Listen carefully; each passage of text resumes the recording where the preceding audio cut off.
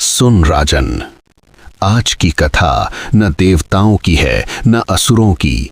ये कथा है उस प्राणी की जो मरना चाहता था, पर मृत्यु भी जिसके नाम से कांप जाती थी। युद्ध समाप्त हो चुका था, धर्म जीत चुका था, रणभूमि शांत थी। पर एक योद्धा ऐसा था जिसके लिए न विजय थी न पराजय। उसके घाव सड़ते रहे, देह गलती रही, पर प्राण किसी शाप की तरह उसे छोड़ते नहीं थे। वो रात से भी पुराना था और शाप से भी भारी। हे राजन, वो महाभारत का योद्धा था जिसे अमरता किसी वरदान से नहीं दंड बनकर मिली थी, जिसके माथे से मणि छिन गई, जिसकी पीड़ा युगों तक बहती रही।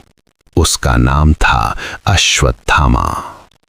अब प्रश्न ध्यान से सुन राजन।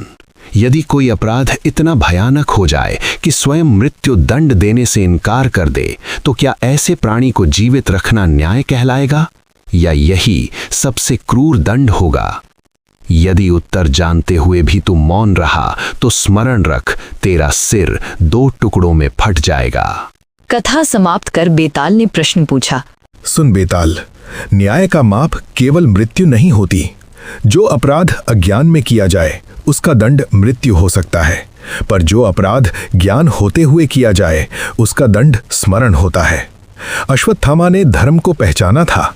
वो द्रोण का पुत्र था, शास्त्र जानता था, धर्म जानता था, मर्यादा जानता था।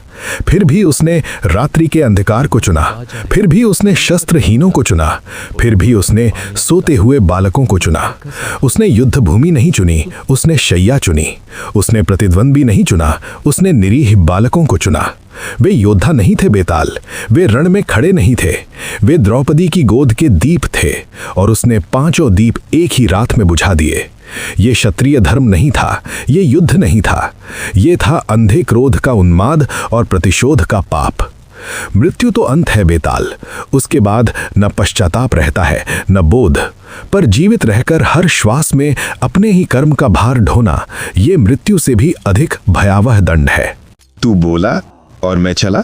प्लीज लाइक, शेयर, सब्सक्राइब करें और कमेंट बॉक्स में अपना रिप्लाई देना ना भूलें।